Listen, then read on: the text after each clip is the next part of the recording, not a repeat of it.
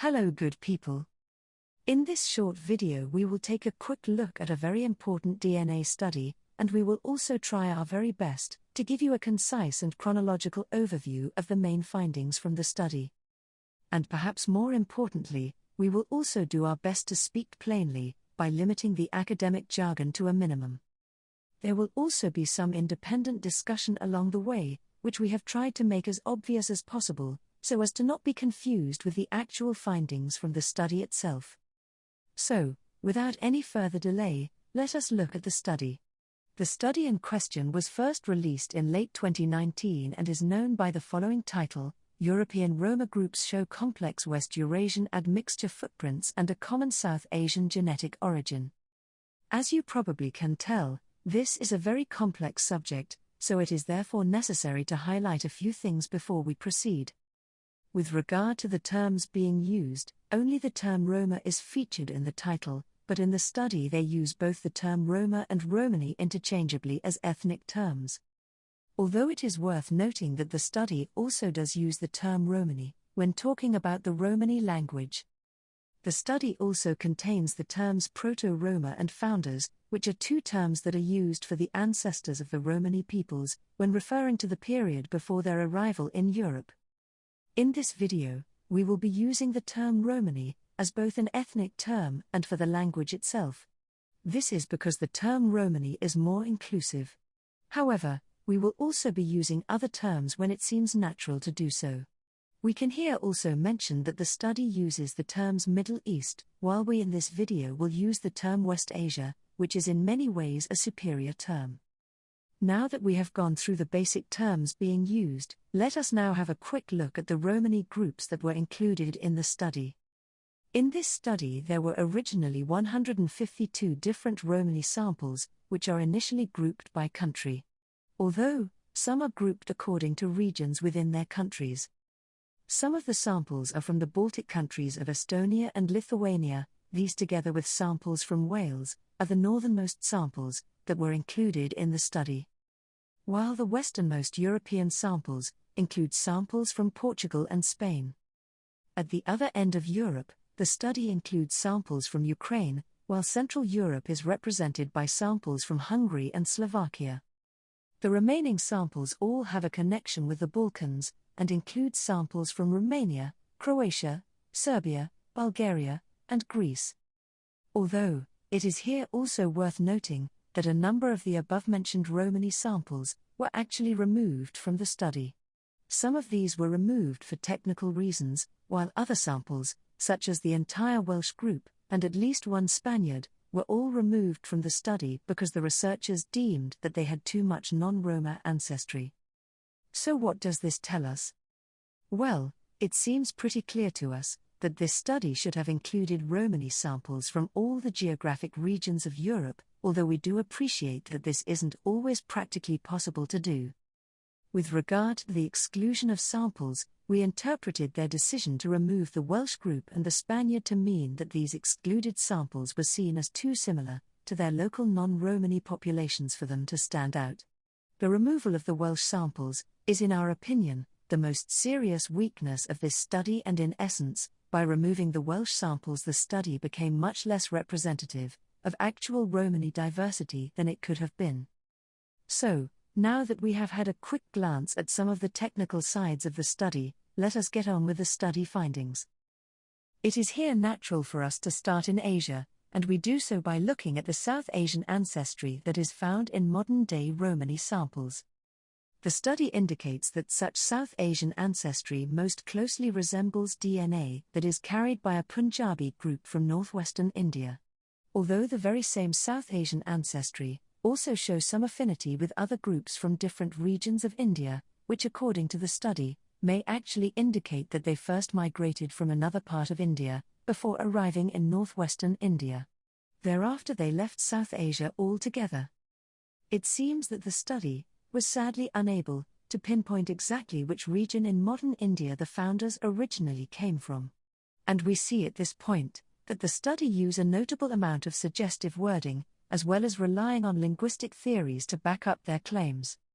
Furthermore, According to the study, these founders were few in numbers, and they went on to migrate rapidly through what is now Iran, before reaching the Caucasus Mountain region.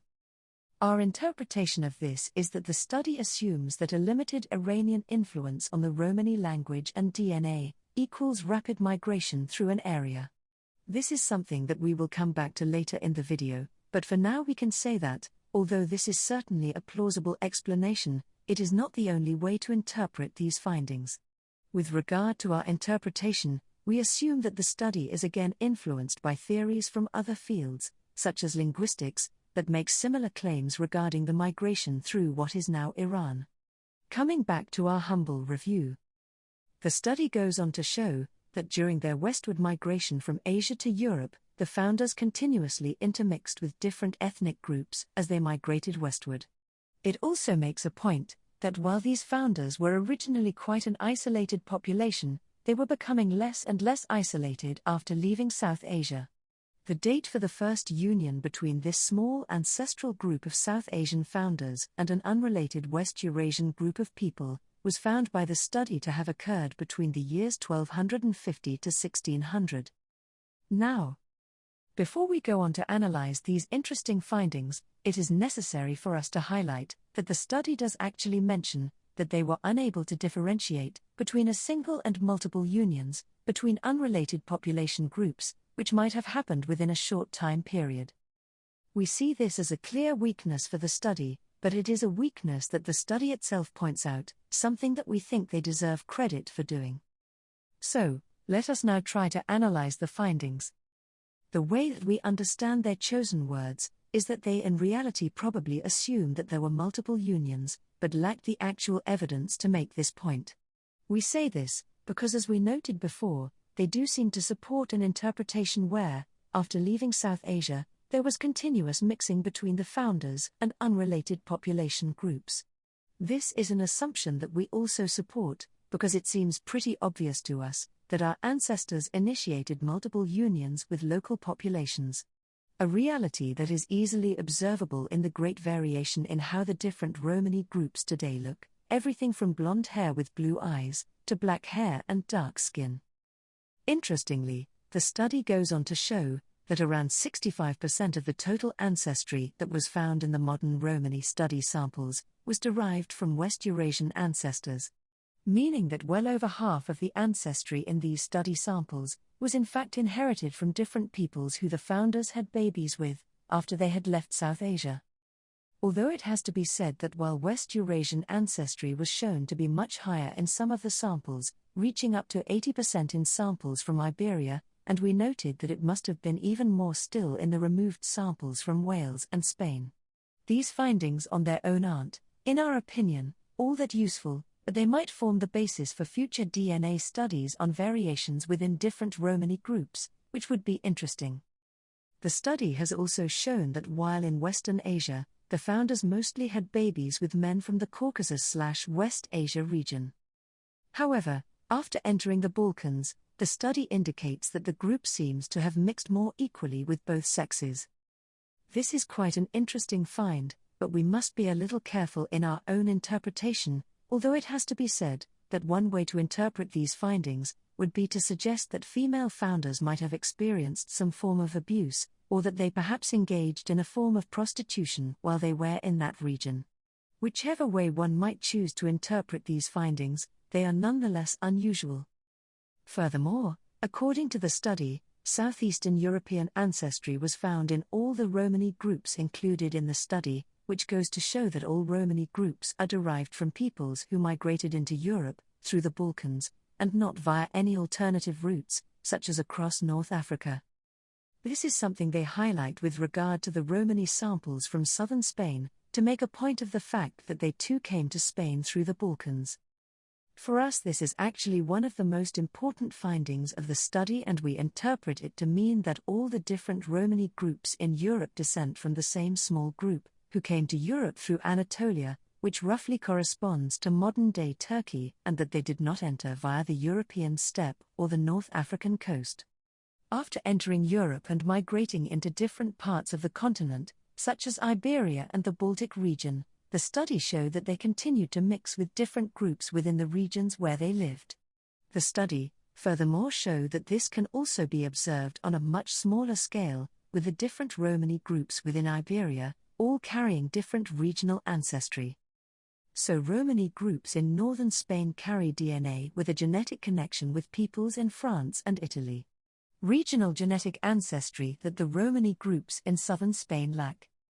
The same is true for Romani groups in southern Spain, as they have minor North African ancestry, that the study suggests, probably dates back to the Arab expansion. Again, this is ancestry the northern Iberian Romani groups lack.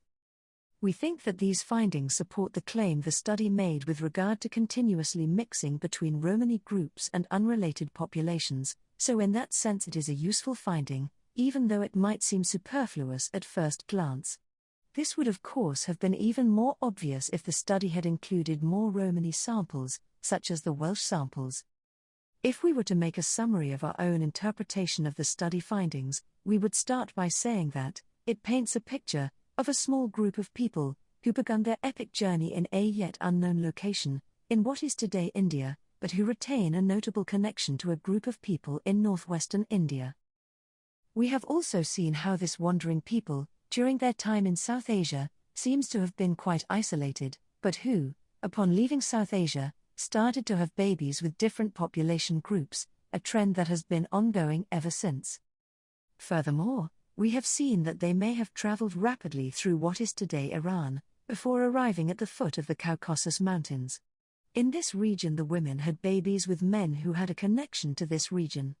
A development that is unusual, and it is possible that this is somehow connected with the assumed rapid transition through Iran.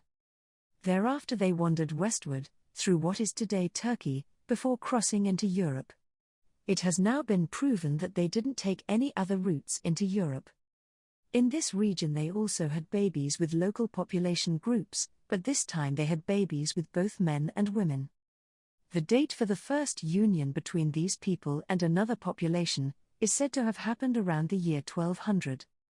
So, that was our little review of this fascinating DNA study, but before you go, please keep in mind that this is only our own understanding of the study and we recommend that everyone read the study themselves, so as to get a better understanding of the study findings. Lastly, we would like to apologize if we have in any way misrepresented or left out any crucial parts of the study. It was not by intent. For information regarding the study in question, please see the description section under the video. Thank you for watching. My name is Ava and I hope that you enjoyed our little video.